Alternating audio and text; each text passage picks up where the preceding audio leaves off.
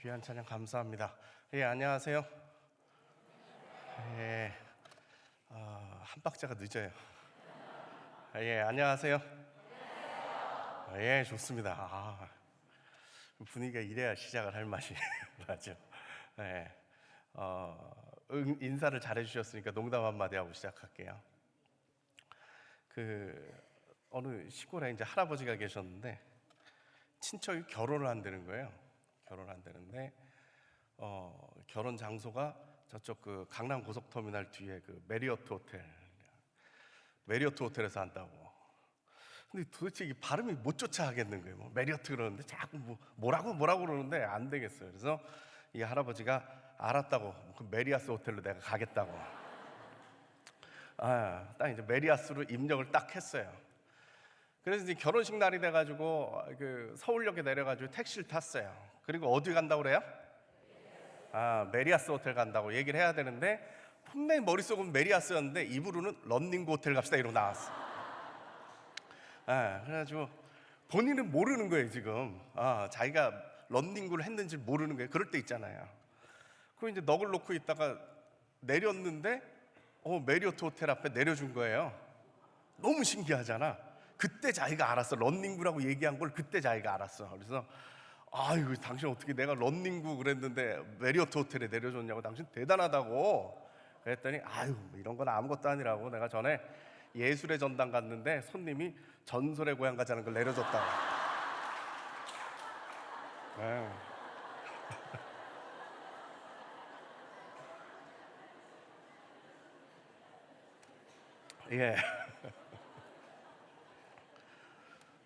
이런 거 좋아하시는구나.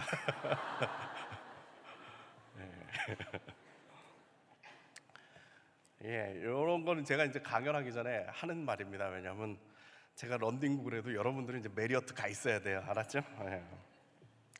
자, 오늘은 10대들에 대한 이야기를 좀 해보려고 합니다. 정글에서 10대의 서바이벌.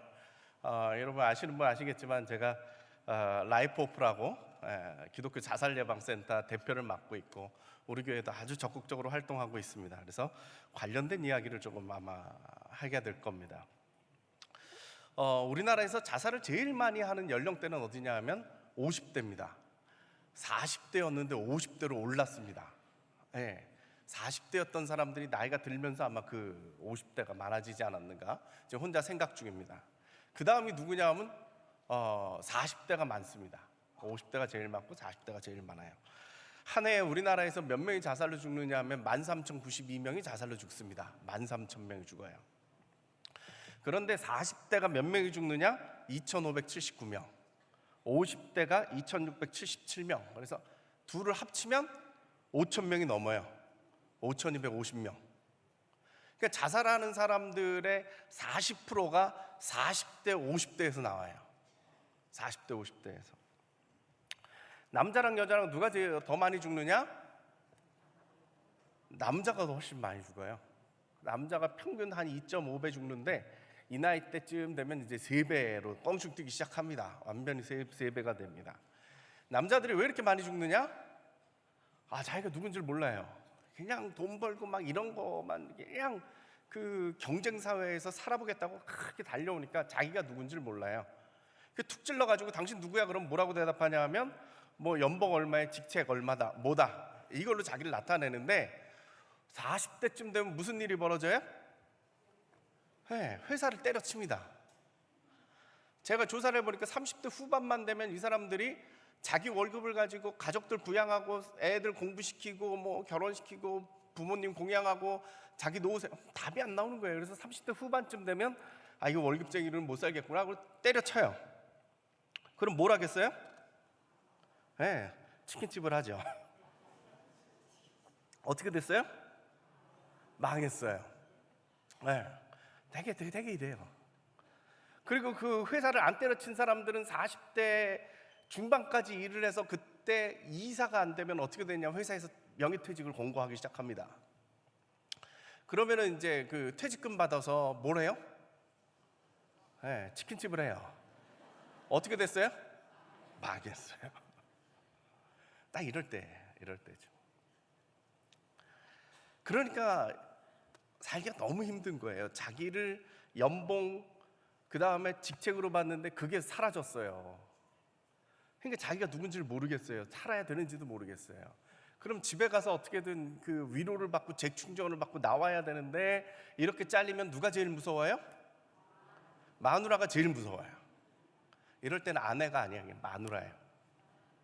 근데 제일 무서운 데는 어디예요? 집이 제일 무서워요. 집이 제일 무서워요. 저도 이제 외국에서 유학을 받고 한국에서 이제 시간 강사를 제가 한 2년 했거든요. 이거 2년 정도 할 때 그때 뭐 거진 실업 상태죠. 뭐. 제일 무서울 때가 언제냐면 명절이 제일 싫어요. 명절 때 이제 저희 집에 가면 저희 아버님 좀 일찍 돌아가셨고 형님이 제 뒷바라지를 했는데 정신교육을 2시간 받아야 돼요. 한국에서 살아나면 제가 독일에서 13년을 살다 왔거든요. 20대 초에 나가가지고. 그러니까 이제 얘 정신무장을 시켜야 이게 살아남는다는 생각 때문에 명절이 되면 2시간을 정신교육을 시켜요. 어떻게 살아야 되느냐. 그리고 오후에 처갓집을 가요. 장인어른이 2시간 동안 또 정신교육을 시켜요. 집이 제일 무서워요. 집이 제일 무서워요. 근데 제가 참 재밌는 통계를 봤는데 그 조사를 봤는데 한국심리학회에서요. 행복도 조사라는 걸 했어요. 행복도가 제일 낮은 사람이 누구겠어요? 응용 문제는 약하시구나. 40대 남자겠죠. 그러니까 매일 죽겠다 이러겠지. 40대 남자가 제일 행복도가 낮아요. 행복도가 제일 높은 사람은 누구예요? 40대 여자. 이게 무슨 농담이 아니고 그 한국 심리학회 결과예요. 제가 지금 우리 교회 권사님들한테 제가 물어봤잖아요. 신기해가지고 정말 그러냐 그랬더니 그때가 제일 월급은 높고 애들은 다 커서 시간이 남고 놀기 제일 좋은 때라고 그러더라고요. 맞죠? 네. 사는 게 참 힘들어요. 남자들이 실은 여자분들 다들 그렇게 생각하실 거예요. 남자가 40쯤 되면 변해요. 이 남편이 이제 경험들 해보셨을 거예요. 한 40쯤 되면 말을 안 듣기 시작해요.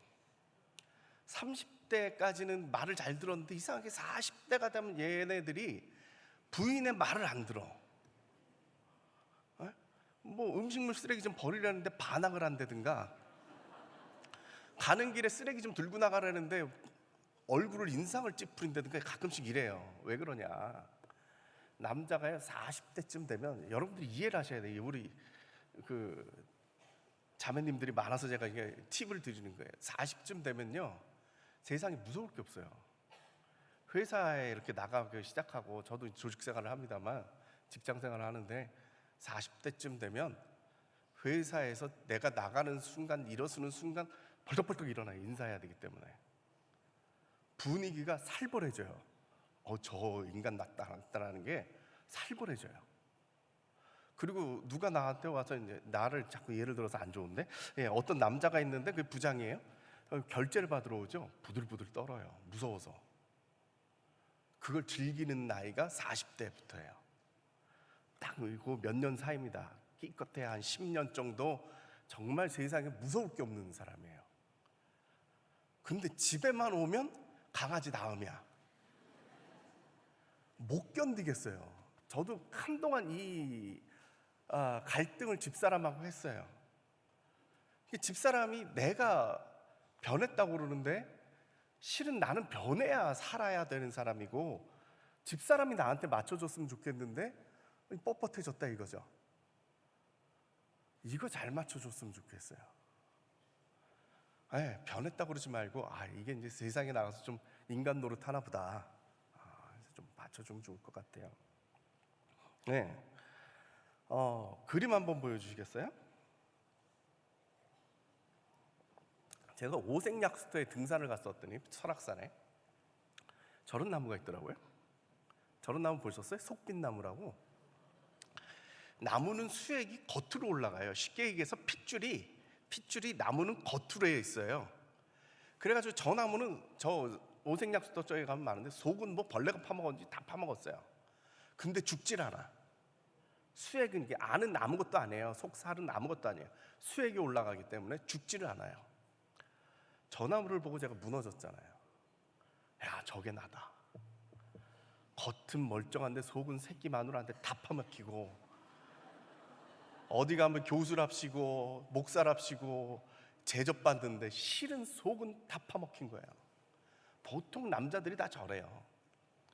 40대 50대 되면 되게 강해 보이는데 속은 없어요. 근데 그 다음 내가 나온 보고 내가 자지러졌잖아요. 넘겨보십시오. 사람들이 기도한다고 그 안에다 돌을 채워놨어. 와, 저게 나야.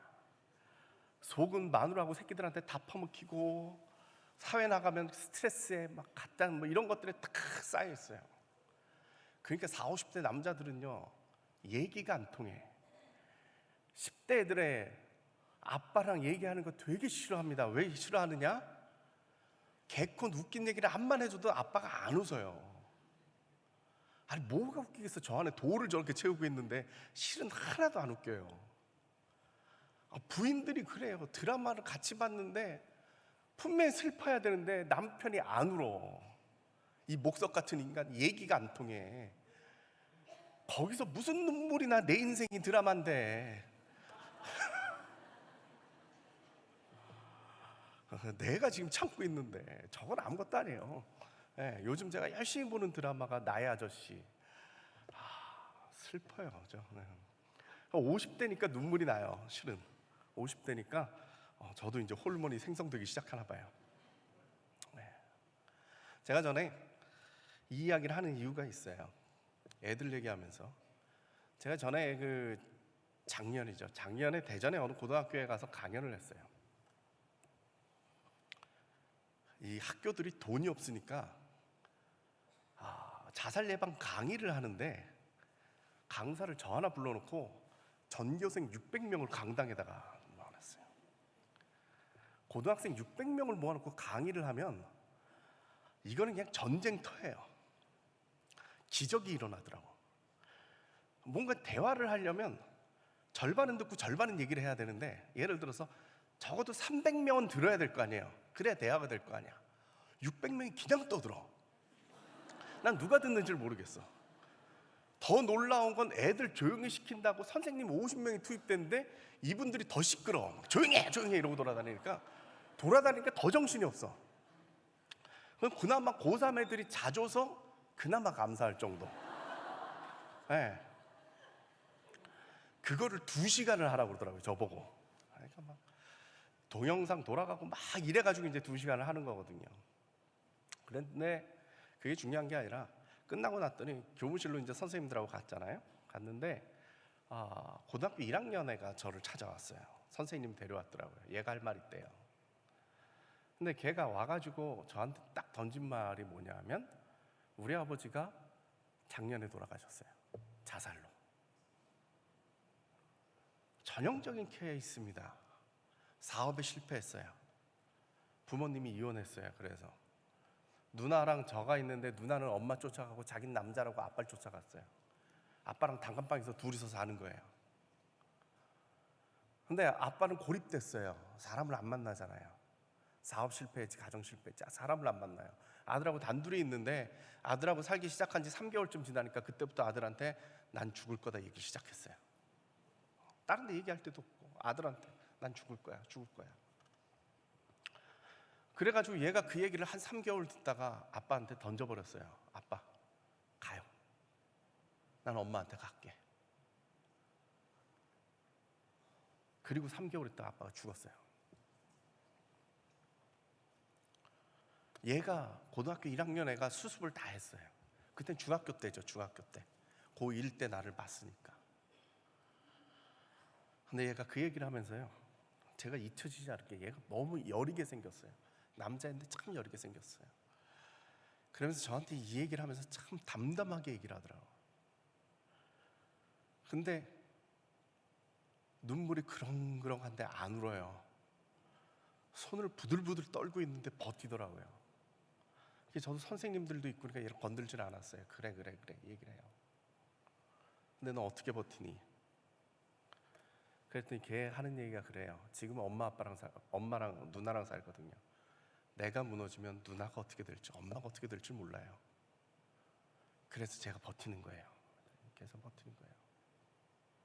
그래서 걔가 저한테 정말 제 마음에 확 와닿는 얘기를 했는데, 무슨 얘기를 했느냐, 저는 아빠가 왜 죽었는지 이해를 못했어요. 근데 교수님 얘기를 들어보니까 아빠가 왜 죽었는지는 알겠어요. 고맙습니다. 저 같은 아이들이 앞으로 아마 많이 있을 거예요. 교수님 강의할 때마다 그런 아이들은 있을 거예요. 그런 아이들 있다라는 거 기억해 주세요. 제가 거기서 충격을 받았어요. 저는 40대, 50대 청소년들이 그렇게 많이 죽지는 않아요. 40대, 50대가 워낙에 많고 여기에 대해서는 관심들을 안 갖길래 저는 이쪽을 많이 신경을 썼었는데, 보니까 이 사람들의 문제가 아니라 이분들의 자녀들의 문제가 또 큰 거예요. 얘네들은 평생 그걸 안고 가는 거예요. 언제 죽을지 모를 그 상황을 안고 평생을 살아가는 거죠. 그래서 저는 생각을 좀 바꿨어요. 애들 문제도 애들 문제지만 어른들, 그리고 어른들로 인한 애들 문제까지도 제가 생각을 좀 돌봐야겠다라는 생각을 제가 그때부터 하기 시작했죠. 예, 표 좀 보여주시겠어요? 제가 전에 청소년들 의식조사를 한 적이 있어요. 어느 언론사하고 같이 해가지고 했는데, 제가 관심이 있으니까, 그냥 한 책으로 이렇게 두껍게 나오는 건데, 제가 관심이 있으니까 자살 관련된 질문을 넣었어요. 지난 1년 동안 자살 충동을 느낀 아이들 물어봤는데 29%가 나와요. 지난 1년 동안 자살을 생각했던 애들이 29%예요. 3분의 30% 가까이 되는 애들이요, 지난 1년 동안 죽겠다고 생각을 했다는 거죠. 크리스찬, 넌크리스찬 비교를 해봤는데요, 그 교회 다니는 애들이요 27%가 지난 1년 동안 죽겠다라고 생각을 했다는 거예요. 지금 우리 주일학교에 있는 저 아이들 중에 4명 중 1명은 지난 1년 동안 죽음을 경험했다라는 거죠. 지난 1년 동안. 참 무지하게 심각하게 생각해요. 작년에 고향 파주 이 지역에서만 해도 고등학교 1명, 중학교 1명이 자살했어요. 제가 알고 있는 것만, 저한테 들어온 얘기만. 경기도 전체를 통틀어 가지고 초중고생 중에 자살한 애가 몇 명이냐면 25명이에요. 한 해에 평균적으로. 자살률이라고 얘기를 하는데, 자살률이라는 건 뭐냐면 인구 10만 명당 자살로 죽은 사람 숫자인데, 우리나라가 지금 많이 줄었다고 그래가지고요 26명이에요. 10만 명당 26명이 자살을 해요, 한 해에. 우리 교회 교인이 몇 명인 줄 아세요? 10,000명이 좀 넘어요. 한 해에 우리 교회에서도 그냥 수치상으로 따지면 2명 내지 3명이 자살을 하게 돼 있어요. 저는 더 있을 수 있다고 생각돼요. 왜? 뭐 우리 교회가 문제가 있어서? 아니요. 우리 교회가 건강하니까, 문제가 있는 사람들을 환영하고 받아들여 줄 수 있으니까 많은 사람들이 이곳에서 회복하지만 회복하지 못한 사람들도 당연히 나와야 된다고 생각돼요. 그 많은 숫자가 있을 거예요. 우리 가운데 있어요. 다음 거 넘겨주십시오. 아이들에게 물어봤어요. 지난 1년 동안 그랬다면 그 30% 애들에게 왜 그랬느냐. 좀 특이한 결과가 나왔는데, 교회 안 다니는 애들은 1등이 뭐냐? 성적 때문에 그래요. 성적 때문에. 교회 다니는 애들은 가정 불화예요. 이게 확연하게 차이가 납니다. 저는 이 결과를 받고서는 상당히 놀랐어요. 왜 그랬을까? 네? 아니, 이 일의 결과는, 예, 그 다음 거 보여주십시오. 그 다음 거, 예. 그 다음 슬라이드 보여주시면 됩니다. 예. 그래서 제가 그 생각을 해봤더니 어떤 결과냐? 교회 다니는 애들이 가정의 영향력을 더 많이 받는 거예요. 교회 안 다니는 애들은 집에서 부모님이 싸우든 말든 어떻게 되든 큰 영향력을 안 받아요. 근데 우리는, 애들은 어려서부터 부모님 손잡고 교회 다니던 이 틀 안에 있기 때문에요, 애들이 부모님 영향력을 많이 받아요. 우리가 좀 생각을 좀 많이 해봐야 될 지점이라고 저는 생각을 해요. 예, 넘겨보십시오. 그 다음에 이제 삶의 만족도라는 거예요. 잘 보이세요? 예, 보이실 것 같은데. 예, 삶의 만족도인데요, 여기서 보면 삶을 만족한다, 중고등학생들 발표한 애들이 43%밖에 안 돼요. 절반이 안 돼요. 아유, 우리 생각 때는 한참 좋을 때잖아요. 근데 그 애들이 만족한다 하는 애들이 43%밖에 안 돼요.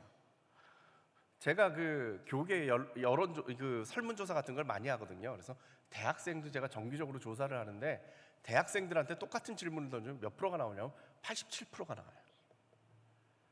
고등학교만 졸업하면 애들이 갑자기 삶의 질이요 2배로 뻥튀기를 해버려요.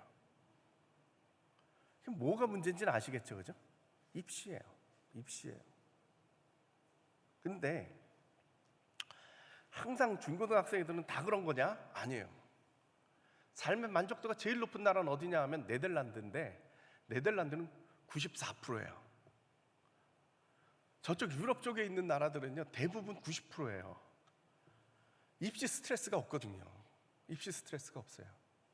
그랬더니 그 중고등학교 애들이요 그렇게 행복하게 사는 거예요. 90% 이상이 만족하고 산다라는 거죠. 우린 뭔가 잘못됐다라는 생각이 안 드십니까? 전 잘못됐다고 생각돼요. 잘못됐다고 생각돼요. 그 다음 넘겨보십시오. 그 다음 뭐냐 하면 자살 충동을 느낀 애들한테 물어봤어요. 그럼 어떻게 이 때를 넘겼느냐, 어떻게 극복했느냐. 그랬더니요 교회 안 다니는 애들은요 제일 높은 게 뭐냐면 그냥 아무 대책이 없는 거예요. 누구도 도와주질 않았어요. 40%가 그냥 지나갔다예요. 교회 다니는 애들은 그 부분은 낮아요. 대신 친구, 긍정적인 생각 뭐 이런 것들이에요. 그래도 공동체가 살아있다라는 거죠. 저는 교회가 정말 중요한 역할을 한다고 생각해요. 아이들이요 교회에서는 누군가 날 도와줄 사람이 있다라는 거 하나를 만들어줄 수 있어요. 저는 교회가 이거 상당히 중요한 역할을 한다라고 저는 생각을 해요. 그럼에도 불구하고 교회는 이 부분에 있어서 깨어 있어야 될 것 같아요. 깨어 있어야 될 것 같아요. 저는 여러 가지 얘기를 듣습니다만 우리 교회도 전에 제가 이제 말씀을 들었는데 애를 혼냈더니 애가 지방문 쾅 문 닫고 들어갔다죠. 그리고 좀 불안해서 문을 열어봤더니 애가 창문에 발을 딛고 있더라는 거예요. 그걸 잡아 끌었대요. 그러면서 저한테 교회에서도 자살 예방 교육 좀 시켜주세요 이 얘기를 하셨어요. 그래서 1년에 한 번씩 저희가 중등부 고등부에 가서는 꼭 그 생명보듬 예배를 꼭 드려요. 그리고 얘기도 나누고요. 수련회 쫓아가서도 하고요. 저는 아이들이요 예방주사 맞듯이 계속 생명에 대한 얘기를 들어야 된다고 생각해요. 그래야 생각이 바뀌고 내가 소중하다, 나를 바꿔야 나를 살아야겠다 이런 생각들이 든다라는 그런 말이죠. 지금 마지막 슬라이드 하나 보여주시겠어요? 하나 더 보여주세요. 왕따 받은 애들이 몇 프로 되느냐? 보통 한 14% 정도 돼요. 그런데 교회 다니는 애들 안 다니는 애들 별 구분이 없어요. 왕따 시킨 애들이 몇 프로 되느냐? 역시 한 14% 돼요. 13% 정도 돼요. 교회 다니는 애들 안 다니는 애들 구분이 있을까? 별로 구분이 없어요. 근데 제가 더 충격적인 거는 그 다음 건데 왕따가 왜 생겼다고 물어봤더니 학교의 무책임이에요. 그게 1등이에요. 두 번째가 뭐냐? 21%가 이런 대답을 했는데 내가 왕따 당할까 봐 남을 왕따 시키는 거예요. 저는 이 결과가 너무 슬펐어요. 내가 살아남으려니까 남을 죽여야 돼. 이게 학교예요. 20%나 되는 애들이요 그런 대답을 하고 있어요. 예, 됐습니다. 제가 전에 국민일보에 칼럼 쓰고 있을 때였습니다. 2011년도인데 그때 무슨 일이 있었느냐면 카이스트에서 자살 사건이 있었습니다. 그 해에 몇 명이 죽었느냐면 11명이 자살을 했습니다. 한 학교에서. 카이스트 한 학교 하나에서. 제가 그때 뭐라고 썼느냐? 이거는 정글 게임이라는 소리예요. 학교가 아니라 무슨 정글 같은 데 아니에요. 여러분 그 철창 게임이라고 아세요? 격투기 선수들이요 링이 아니라 고무로 만든 링에서 하는 게 아니라 철창으로 만들어 놓고 그 안에서 막 격투기를 벌이게 하는 거예요. 빠져나오지 못하게. 그러니까 도망갈 데가 없는 거예요. 죽든지 살든지 그 안에서 싸워야 돼요. 이 선수들이 막 피 튀기고 난리가 아닌 거죠. 근데 사람들이 환호를 해요. 제가 그 얘기를 했어요. 철창 경기가 있는데 그 철창 경기 안에서는요 근육질의 사나이들이 모여가지고 막 죽도록 살려고 막 싸우고, 사람들은 그걸 보고 즐거워서 텔레비전을 보고 환호를 지르고 있어. 근데 카이스트라는 데는 그 학교 오려면 애들이 0.01% 정말 똑똑한 애들을 거기다 모아놓고 그 애들을 경쟁을 시키니까 이건 마치 철창 경기 같다. 철창 경기가 근육질의 사나이들을 모아놨다면 카이스트는 두뇌의 질이 아주 대단한 애들을 모아다 놓고 서로 싸우라고 그러고, 그 안에 살아남는 놈이 누굴까 우리가 지금 재밌게 지켜보고 있는 게 아닌가, 그런 얘기를 했죠. 근데 거기만 그럴까요? 우리는 안 그래요? 제가 그때 이렇게 썼어요. 그 좁은 학교만 어쩌면 이 사회의 축소판이라고 할 수 있다. 무한 경쟁과 약육강식이라는 정글의 법칙이 성공하지 못하면 살아야 할 이유도 될 수 없는 이 사회의 모습과 너무도 닮아 있다. 효율과 속도, 그리고 돈으로 환산되는 인생의 의미들이 지배하는 이 사회에서 우리는 존재의 이유를 찾지 못해 스스로 목숨을 끊고 있다. 세계 1위의 자살률, 그것도 타의 추종을 프로하는 높은 자살률을 가지고 있는 이 사회와 카이스트는 결코 다른 두 세상이 아니다. 이것이 대한민국이 살아온 방법이었고 존재해 나가는 방식이었다. 여러분 동의되지 않습니까? 이 문제가 한참 커졌을 때 이 문제를 해결했던 변호사를 제가 만난 적이 있습니다. 카이스트가 비난을 한참 듣고 막 소송 걸리고 막 이럴 때 이분이 한 팩트 하나를 가지고 해결을 해버렸습니다. 뭐였느냐? 서울대도 매해 11명이 자살한다. 우리 학교만 그런 거 아니다. 그리고 넘어가 버렸습니다. 카이스트만의 문제가 아니라 이 말이죠. 이 사회 전체가 그렇게 전쟁처럼 살고 있다는 거예요. 우리 애들은 다를까요? 똑같습니다. 자기가 살기 위해서, 자기가 1등하기 위해서, 자기가 좋은 대학 가기 위해서 남들을 밟아야 살 수 있는 그런 정글을 살고 있는 거죠. 저는 아이들이 좀 꿈이라도 좀 낮췄으면 좋겠어요. 애들이 그냥 평범하게 살아도 되는 그런 세상이죠. 우리는 헛된 꿈을 너무 많이 주고 있어요. 대부분의 대한민국 사람들이 아마 99%는 그냥 우리처럼 평범하게 살고 있을 텐데, 아이들은 그렇게 살면 안 되는 것처럼 우리가 가르쳐놨다라는 거예요. 그러니까 힘들죠. 제가 전에 어느 교회 가가지고 한 2년 전인가요? 중등부에 가가지고 이런 자살 예방 강의를 하다가요, 애들에게 지금 똑같은 얘기를 한 거죠. 평범하게 살아도 괜찮아. 너무 그렇게 힘들게 살지 마. 그럼 제가 무슨 얘기를 했느냐? 얘들아, 엄마 아빠처럼 살아도 살만해. 그리고 제가 놀랐어요. 왜 놀랐느냐? 내 얘기를 듣고 애들이 너무 놀라는 거예요. 애들이 눈이 동그래서 나 쳐다보더라고요. 한 200명 앉았는데 애들이 눈이 동그래서 저를 쳐다보더라고요. 내가 무슨 얘기를 했나 싶어가지고 저도 깜짝 놀랐어요. 왜 그러겠어요? 애들의 목표는 엄마 아빠처럼 안 되는 거예요. 엄마 아빠가 맨날 너는 나처럼 살지 마 이래놨거든. 엄마 아빠가 맨날 지질이 궁상 맨날 벗고 싸우고 너는 저런 남편 만나면 안 돼 맨날 이래놨거든. 아빠가 맨날 애들 앞에서 아이고 내 인생 저걸 만나가지고. 그러니까 애들의 목표 자체가 그거예요. 엄마 아빠처럼 안 되는 게 목표예요. 자기는 그렇게 살면서 왜 살아요? 그래도 살만하고 괜찮고 보람되니까 살죠. 그죠? 대답을 안 하네. 많은 사람들이요, 잘 살아보자고 행복을 저당 잡혀요. 사람들 대부분 그래요. 왜 돈 버냐고. 행복하려고. 그래서 돈 벌어서 그래도 애들 공부식 하고 싶다 그러면 그래도 뒷바라지 하고, 가끔 식구들 데리고 외식도 하고, 1년에 한 번은 여행도 가고 뭐 이러면서 살 수 있었으면 좋겠어서 그래서 돈 번다고.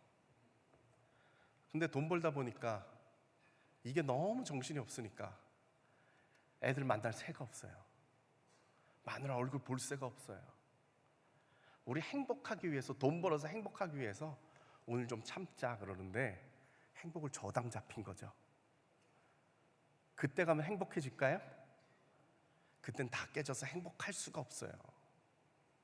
지금 행복해야죠. 지금 자라고 있는 이 애들은 다시금 돌이킬 수가 없어요. 얘네들을 붙잡아야죠.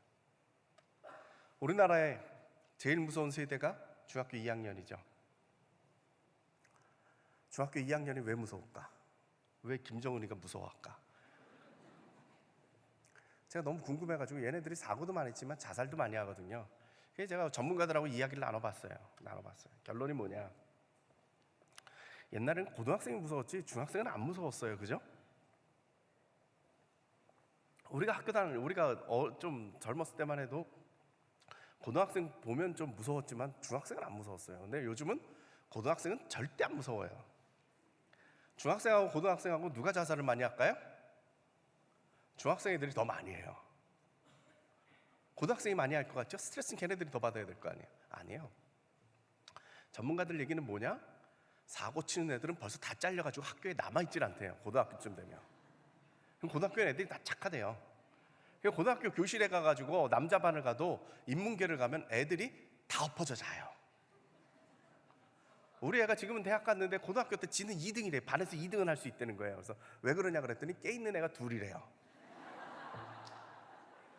자기는 2등은 할 수 있대. 네. 뭐 이런 거죠. 중학교 2학년 애들에게 제가 확인을 해보는 거죠. 제 아들놈이 중학교 1학년 때 장래 희망 꿈이 뭐냐 그랬더니 이제 기자가 되는 게 꿈이래요. 그래서 애 엄마가 조선일보에서 하는 무슨 글쓰기 교실 이런 걸 보내놨어요. 기자가 직접 하는 거죠. 그러니까 기자를 만나면 비전을 꿈꾸고 뭘 하겠지 싶어서 보냈는데 얘가 어느 날 돌아와가지고 아빠 나는 기자가 될 수 없을 것 같아요 그러는 거예요. 왜? 그랬더니 하는 얘기가 그 기자가 애들 공부 열심히 하라고, 기자가 되려면 적어도 연고대 가야 돼 이런 거예요. 그랬더니 얘가 그 말을 듣고 도전을 받는 게 아니라 나는 글렀구나. 중학교 1학년 애가. 제가 그때 정말 충격을 받았어요. 어떻게 포기를 할 수가 있지? 중학교 1학년 애가. 나는 고등학교 3학년이 됐을 때도 우리 어머니가 네가 머리는 좋은데 공부를 안 해서 그래, 열심히만 하면 너 대학 갈 수 있어, 막 이 소리에 고3 끝날 때까지 내가 공부를 했거든요. 그런데 좋은 데 갔어요 내가. 알고 보면 네, 그땐 좀 쉬웠어요. 근데 요즘은 그게 안 되는 거예요. 중학교 1학년 애가요, 자기 엄마, 아빠, 심지어 할아버지 재력까지 체크를 해보고 자기 능력을 체크해보니까 자기는 좋은 대학, 서울에 있는 대학을 갈까 말 갈 수 있을까? 난 못 갈 거야. 뭐 이런 계산이 나오는 거죠. 그러고 나니까 좋은 대학을 못 가면 취직은 글렀고 그러면 내 인생은 끝이구나를 결론을 언제 내렸느냐? 중학교 1학년 때 내린 거예요. 그 중2 때 아무 희망이 없어요.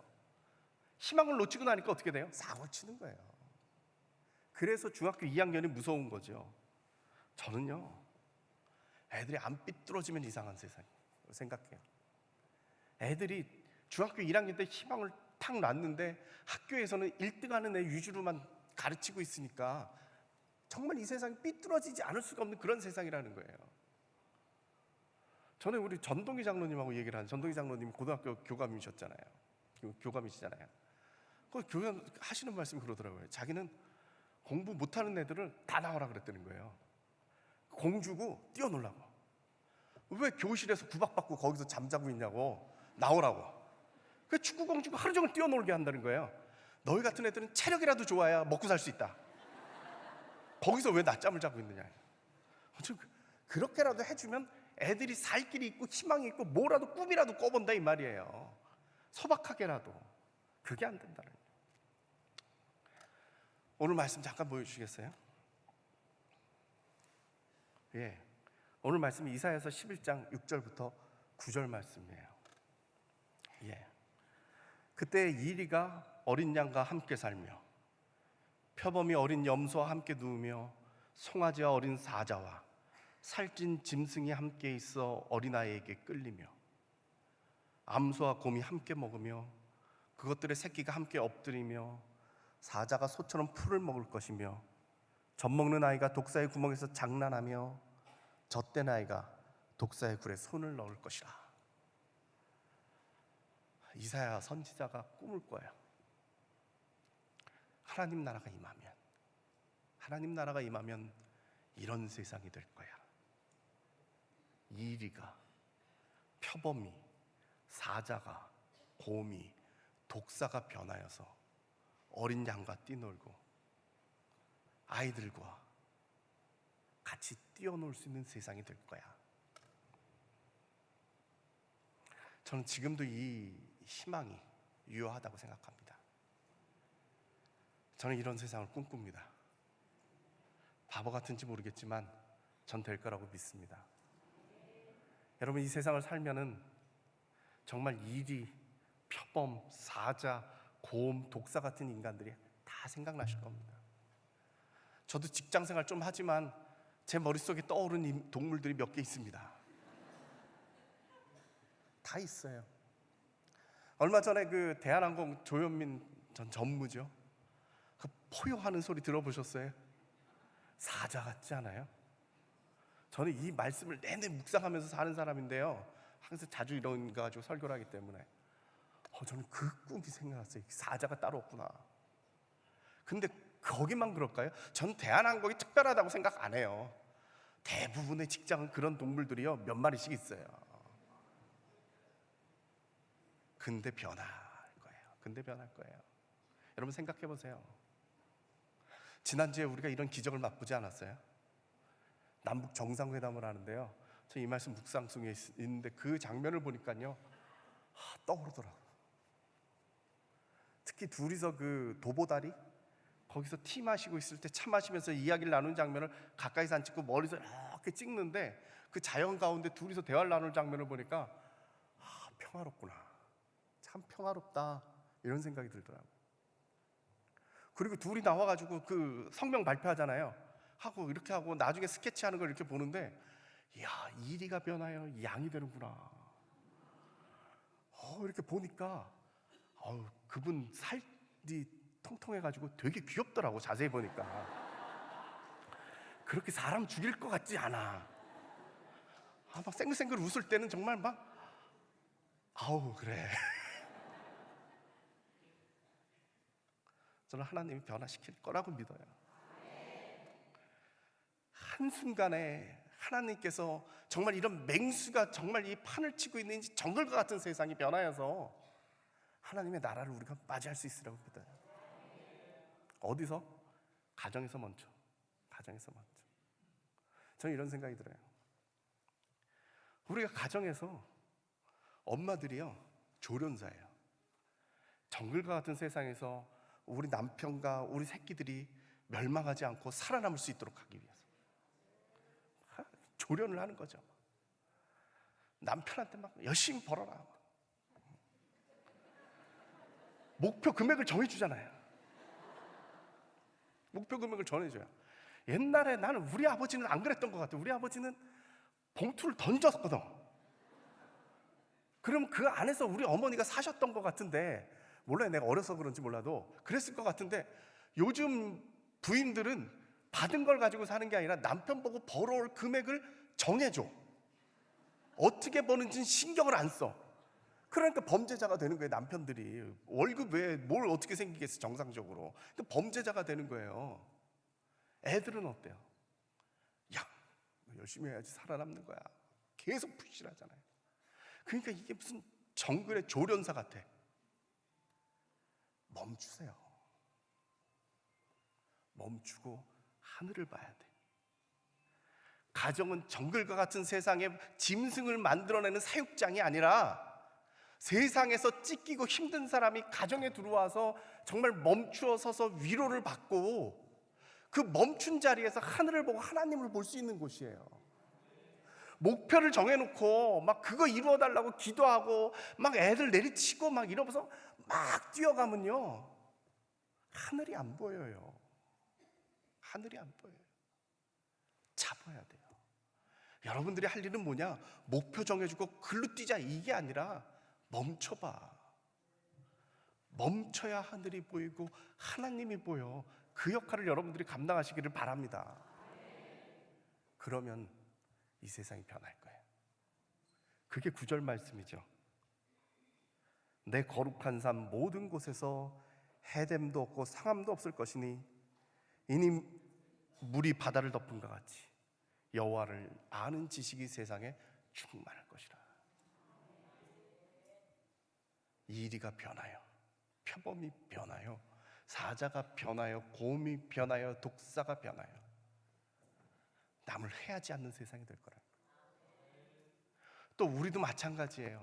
우리가 슬픈 건 뭐냐 하면 안 잡아먹히려고 아둥바둥 살고 봤더니 내가 맹수가 돼 있다라는 거거든요. 나를 해할 일도 없을 거예요. 남을 해하지 않을 뿐만 아니라 나를 해할 일도 없을 겁니다. 하나님을 아는 지식이, 그 생명의 지식이 이 세상에 충만하게 되는 그날, 하나님의 나라가 임하는 그날, 우리는 해함도 없고 상함도 없는 그 하나님의 나라에서 주의 자녀로 복되게 살리라고 믿습니다. 하나님 아버지, 이 험하고 험한 세상, 정말 정글과 같고 전쟁과 같은 이 세상 가운데 누군가 자기 목을 내어 놓아야 한다면 우리가 될 수 있도록 하여 주시옵소서. 달려가는 것이 아니라 멈추어서 하나님을 바라볼 수 있게 하시고, 내 아이를 이 정글 속에 떠미는 것이 아니라 함께 손을 잡고 하나님을 바라볼 수 있도록 인도하여 주시옵소서. 예수님의 이름으로 기도드렸습니다. 아멘.